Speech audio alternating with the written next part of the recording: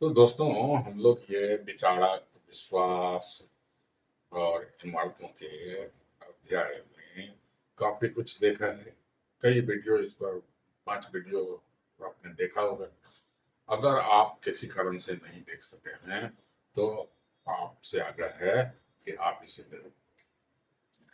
और ये विश्वास में हम लोगों ने बौद्ध धर्म के बारे में, उनसे जुड़े विश्वासों के बारे में, उनसे जुड़े इमारतों के बारे में काफी कुछ देखा है। उसी प्रकार जैन धर्म को देखे, उनके महावीर वर्धमान के जीवनी को समझा, उनके सिद्धांतों को समझा, उनके 5 व्रतों को समझा, उन उस धर्म के प्रचार प्रसार को समझा, तो काफी कुछ हमने देखा। हमने यह भी देखा है कि इस समय किन किन क्षेत्रों में, साहित्य के क्षेत्र में, शिक्षा के क्षेत्र में, कला के क्षेत्र में, भवन निर्माण के क्षेत्र में काफी कुछ विकास हुई। हमने तो यह भी देखा है कि किस तरह से ये सांची के स्तूप का भोपाल की रानी ने संरक्षण किया। लेकिन यह भी तो देखा कि अमरावती के स्तूप का संरक्षण नहीं हो सका और उसे यूरोपीय समूह के लोग लूट कर इस कीमती नायाब जो कलाकृतियां थी इसको अपने देश लेकर चले गए। तो ये विचारक विश्वास और इमारतें केवल बौद्ध धर्म और जैन धर्म से जुड़ी नहीं थी, बल्कि एक और विचार था, कुछ और विचारक थे, कुछ और चीजों पर लोगों के विश्वास थे। तो आज हम लोग उनकी चर्चा करें। तो दोस्तों, आपसे निवेदन है कि आप इस वीडियो को पूरा देखें, लाइक करें, सब्सक्राइब करें और अधिक से अधिक लोगों के साथ शेयर। तो दोस्तों, आप सोच रहे होंगे कि हम किस तरह के विचार की बात कर रहे हैं। तो यहाँ हम हिंदुओं की बात कर रहे हैं।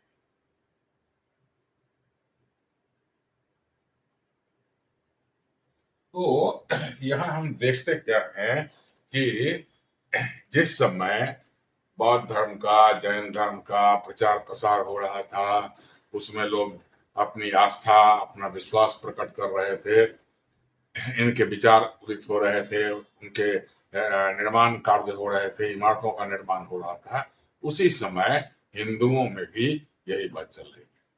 तो हम कहते हैं कि हिंदू धर्म क्या है, कि सनातन है और इसका मूल स्रोत हम वेद से मानते हैं।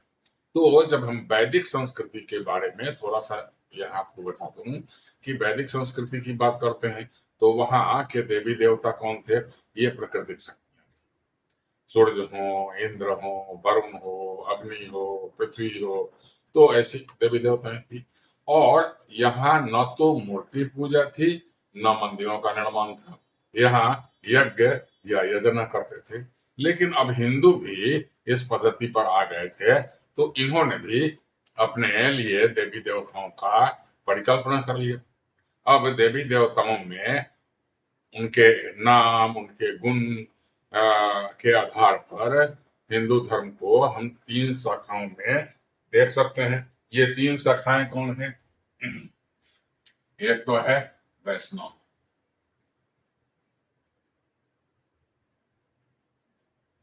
वैष्णव, दूसरा है शैव और तीसरा है शाक्त।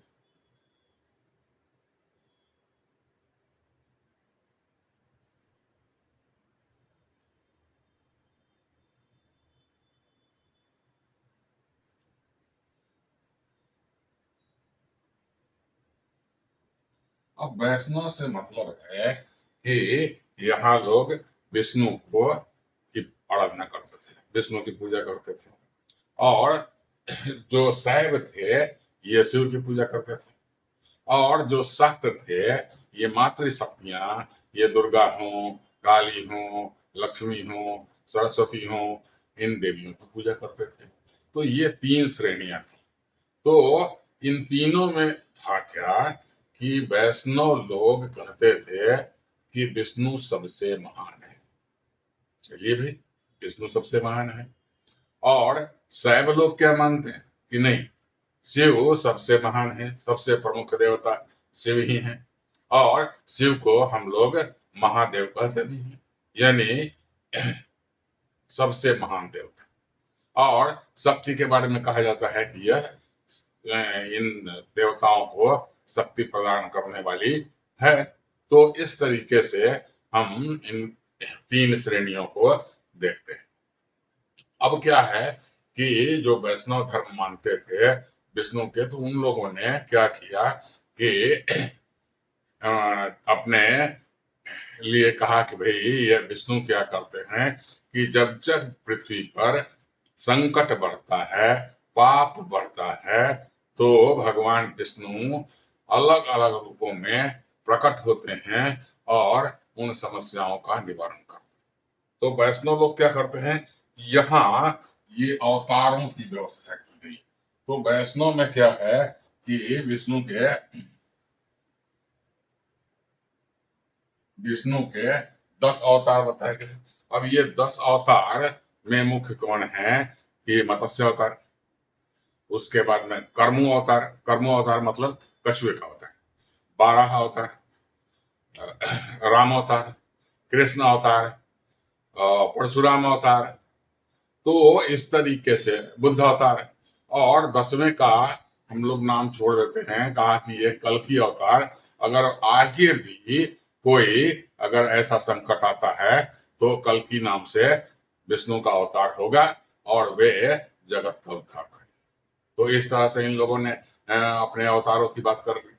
तो इन अवतारों के माध्यम से अब क्या, अभी वर्तमान समय में विष्णु के बारे में कई तरह की कल्पनाएं की गई, कई तरह की बातें कही गई। और ये बातें कही गई ऐसे नहीं, जो हमारे साहित्य में, हमारे पुराणों में, हमारे धर्म ग्रंथों में भगवान के गुणों के बारे में लिखा गया था, उसी के आधार पर उनके स्वरूप का निर्धारण हुआ, संरचना हुआ। विष्णु के बारे में कहा जाता है कि ये नागसैया पर हमेशा समुद्र में लेटे रहते हैं और माँ लक्ष्मी इनके चरण की सेवा करती रहती, लेकिन ये अवतार तो लेते हैं। अब यही विष्णु हैं और ये समय समय पर अवतार लेते रहते हैं। कभी मत्स्य के रूप में हो, कभी कछुए के रूप में हो, कभी बाड़ा के रूप में हो, कभी राम के रूप में हो, कभी कृष्ण के रूप में हो, कभी बावन के रूप में हो, कभी परशुराम के रूप में हो, कभी बुद्ध के रूप में, तमाम तरह के ये अवतार लेते रहते हैं। तो हिंदुओं ने क्या किया, उसी तरीके से अब क्या किया कि इनके खास करके आजकल हम राम और कृष्ण की पूजा का प्रचलन अधिक देखते हैं। ये कच्छप अवतार, मत्स्य अवतार की पूजा की प्रथा आज के समय में कम है। तो हम देखते क्या है कि इन लोगों ने इन देवी देवताओं के परिवारों की भी कल्पना कर ली। अब जैसे आप देखें कि रामावतार, तो राम के दरबार का यानी राम लक्ष्मण सीता की पूजा होने लगी और उनका एक स्वरूप, इनका चिन्ह क्या होगा, ये धनुषधारी होंगे। तो लक्ष्मण का भी वही स्वरूप है और माँ सीता हमेशा उनके साथ में रहेंगी और इस स्वरूप में हम पूजा करना। तो केवल विष्णु की ही नहीं, विष्णु के साथ उनके पूरे परिवार की पूजा हम करने का। उसी तरह जब हम कृष्ण की बात करें तो कृष्ण के साथ भी ऐसा ही है कि कृष्ण के साथ राधा की पूजा होती है। कुछ मंदिरों में, कुछ स्थानों पर तो उनके साथ बलराम और सुभद्रा की पूजा भी होती है, जैसे भुवनेश्वर में। तो ऐसे हम उनके परिवार की पूजा करते हैं। अब ठीक है, पूजा तो करते हैं। अगर हम शैव की बात करें तो शैव के बारे में भी यही अवधारणा थी। तो शैव के बारे में 2 अवधारणा, कहा कि भाई कुछ जगह इनकी मूर्तियां एक लिंग के रूप में स्थापित है, शिवलिंग, और यह बहुत प्रसिद्ध है। लोग यहाँ पूजा करने जाते हैं, शिव की पूजा करते हैं। और कुछ मूर्तियों में इन्हें एक मानव, एक जोगी वेश में दर्शाया गया है और कहा जाता है कि इनके त्रिनेत्र हैं, इनके हाथ में ये त्रिशूल धारण करते हैं और इनके पास एक बैल जो नंदी है। तो इनके परिवार की भी कल्पना कर लिया कि भाई जब शिव की पूजा होगी तो उनकी पत्नी पार्वती की पूजा होगी, उनके पुत्र गणपति और कार्तिकेय की पूजा भी होगी। तो इस तरीके से ये लोग पूजा करने लगे। अब केवल परिवार तक सीमित नहीं थे, बल्कि उनके जो चीज प्रिय थी, ऐसे पशु, ऐसे वाहन, ऐसे अस्त्र शस्त्र सबकी पूजा करने लगे। तो अब भगवान शिव के त्रिशूल की पूजा तो होती है अस्त्र शस्त्र के रूप में, और उनका जो सवारी था, उनका जो वाहन था नंदी, तो नंदी की भी हम पूजा करते हैं। तो यही नहीं, अगर वो सर्प की माला का धारण करते हैं तो हिंदुओं में कुछ ऐसे त्योहार हैं जब हम सर्प की भी पूजा करते हैं। तो इस तरीके से हम पूजा करने लगे। और विशेषता तो यह है कि गणपति की विशेष पूजा होती है। कहा जाता है कि किसी भी देवता की पूजा करनी हो, गणेश या गणपति की पूजा करनी। इसी तरह अगर विष्णु में अगर राम की बात करें तो राम के साथ हनुमान या महावीर जो भी आप बोलते हो, तो उनकी पूजा भी अनिवार्य है। अगर शक्तियों की पूजा करते हैं तो दुर्गा शेर सिंह वाहिनी है, तो सिंह वाहिनी है तो सिंह की पूजा भी करते हैं। चलिए, अब सरस्वती का क्या है भाई, कि ये सरस्वती हंस के वाहन का उपयोग करती है, तो हम हंस की पूजा भी करते हैं। अगर लक्ष्मी उल्लू की सवारी करती है तो हम उसकी भी पूजा करते हैं। तो इस तरीके से हमने क्या किया कि इन तीन संप्रदायों में बांटा, कहा कि जो विष्णु को सबसे महानतम देवता के रूप में स्वीकार करते हैं, उनकी आराधना करते हैं, वो कौन है, वैष्णव है। चलिए, अब क्या है कि जो शिव की पूजा करते हैं वो क्या है कि शिव की पूजा करने वाले शैव कहलाते हैं। अब शैव धर्म की भी दो धाराएं चली।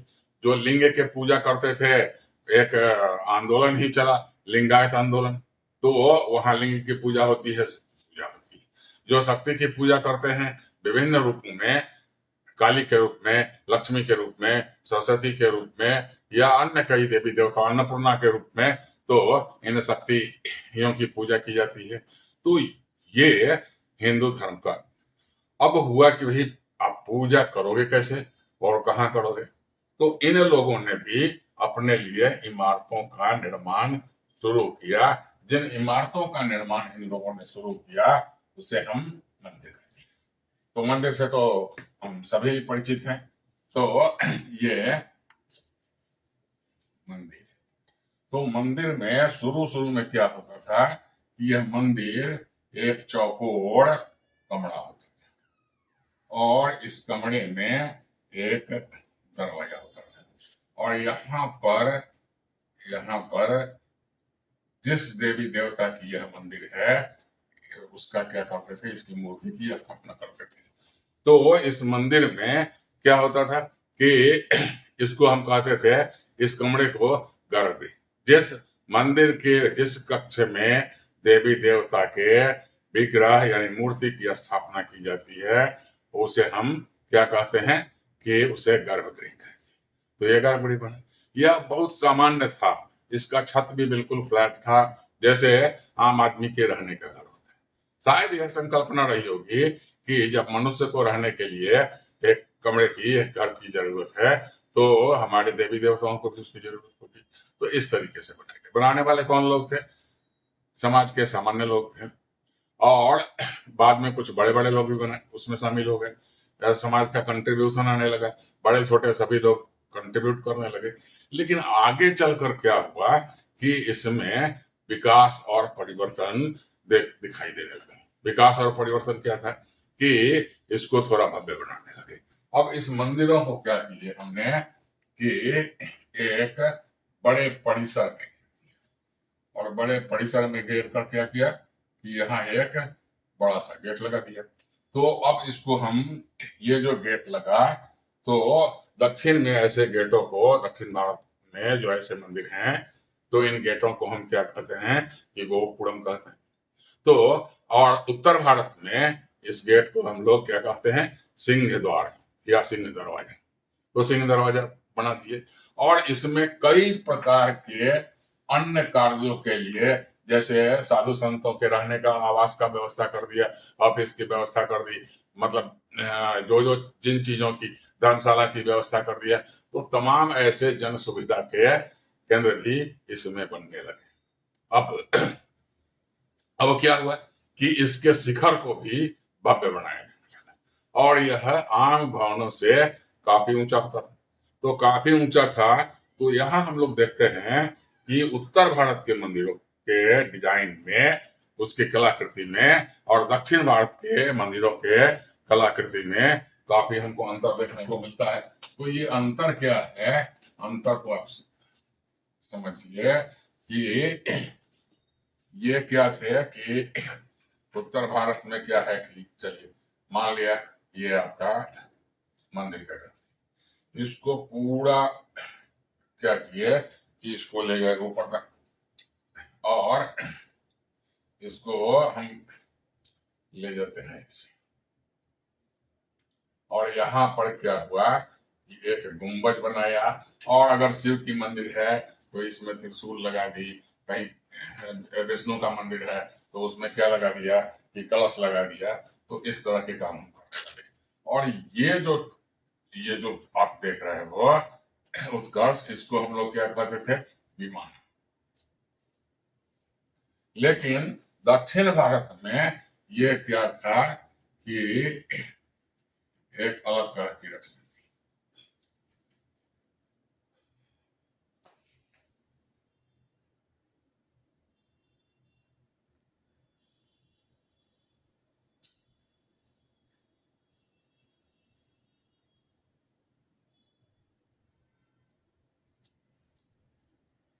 और ये नीचे में क्या था?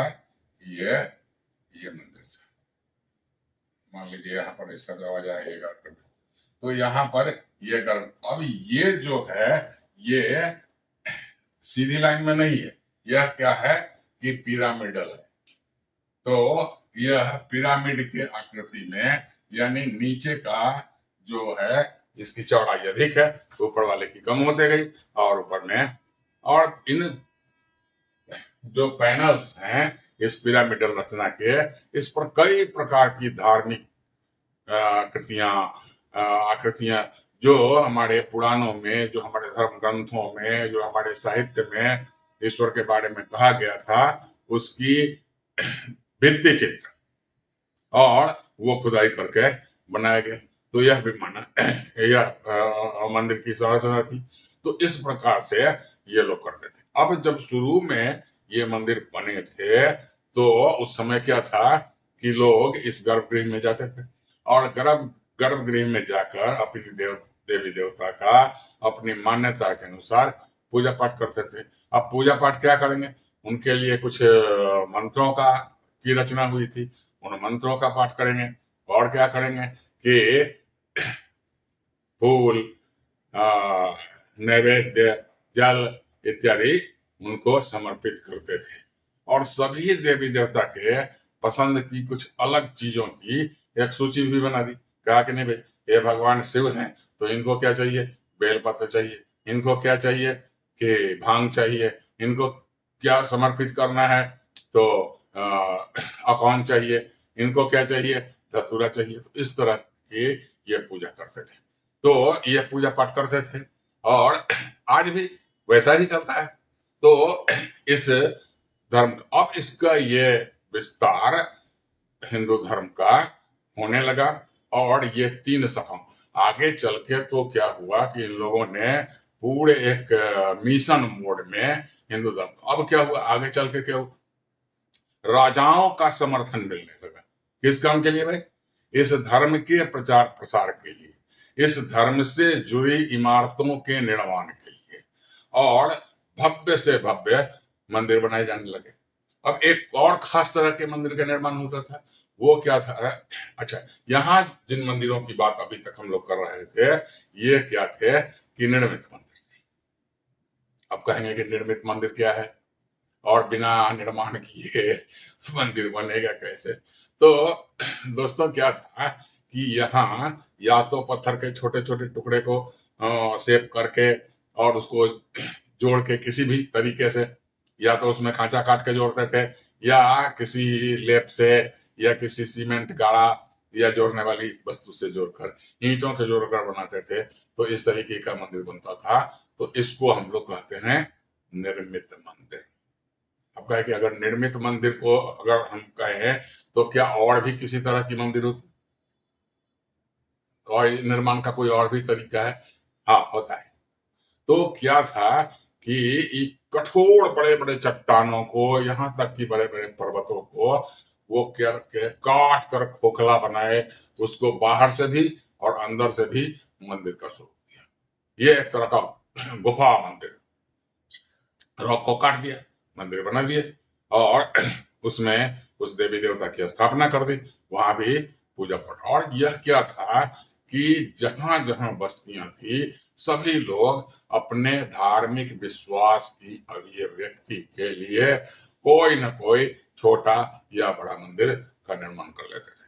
अब क्या था कि कुछ खास बड़े मंदिर, अब आप तंजावुर का मंदिर देखिए, आप रामेश्वरम का मंदिर देखिए, आप और कई प्रकार के मंदिर हैं, केदारनाथ का मंदिर देखिए, बद्रीनाथ का मंदिर देखिए। तो यहाँ अब क्या था कि ये तीर्थों का रूप धारण कर लिया और पूरे भारतवर्ष से, अब भारतवर्ष से क्यों कहें, कई दूसरे देशों से भी लोग आते थे। अब आते थे तो दो तरह के लोग आते थे। एक तो वो लोग आते थे जिनका हिंदू धर्म में उस देवी देवता में आस्था है, उनका विश्वास है कि ऐसे तीर्थों पर जाने से उनका कल्याण होने वाला है, उनकी मनोकामनाएं पूरी होने वाली है। तो इस तरह ये तीर्थाटन के रूप में जाते थे। और दूसरे क्या थे, अगर मान लीजिए विदेश, सपोज कीजिए कोई यूरोप का आदमी है, तो यूरोप का आदमी तो प्राय क्रिश्चियन ही होगा, ऐसा मान लेते हैं। तो क्योंकि यूरोप में क्रिश्चियन सबसे बड़ा धर्म है, तो ये आए तो इनके कलाओं को देखने के लिए, यहाँ के चीजों को समझने के लिए, यहाँ पर्यटन के लिए, यहाँ भ्रमण के लिए ये भी आने लगे। तो इन तीर्थों का, इन मंदिरों का महत्व कई गुना बढ़ गया और आज भी बना हुआ है। तो इस तरीके हम देखते हैं कि हिंदू धर्म धीरे धीरे धीरे क्या हो गया कि एक समय था जब बौद्ध धर्म अपने उन्नति की ओर था, तो लगता था कि बौद्ध धर्म सबसे अधिक लोकप्रिय था। लेकिन उस समय भी जो ब्राह्मणीय धर्म व्यवस्था थी वह तो थी और वह काफी मजबूत थी, उसी के प्रतिक्रिया में तो सब कुछ चल रहा था। और जब हिंदू धर्म आया तो यह पूरे भारत का सबसे बड़ा, सबसे लोकप्रिय धर्म बना। इसमें मंदिरों का निर्माण, तीर्थों का निर्माण, अच्छा, इसके पूजा के प्रोटोकॉल्स बना दिए गए, कुछ खास तरह के मंत्रों का, कुछ खास तरह के विधि विधान का, कुछ खास तरह के आवास का, लिबास का। तो ये सारा कुछ करके हिंदू धर्म अपने उत्कर्ष की ओर बढ़ते रहा और आज भी कायम है। तो दोस्तों, मुझे उम्मीद है कि ये वीडियो आपको अच्छा लगा होगा।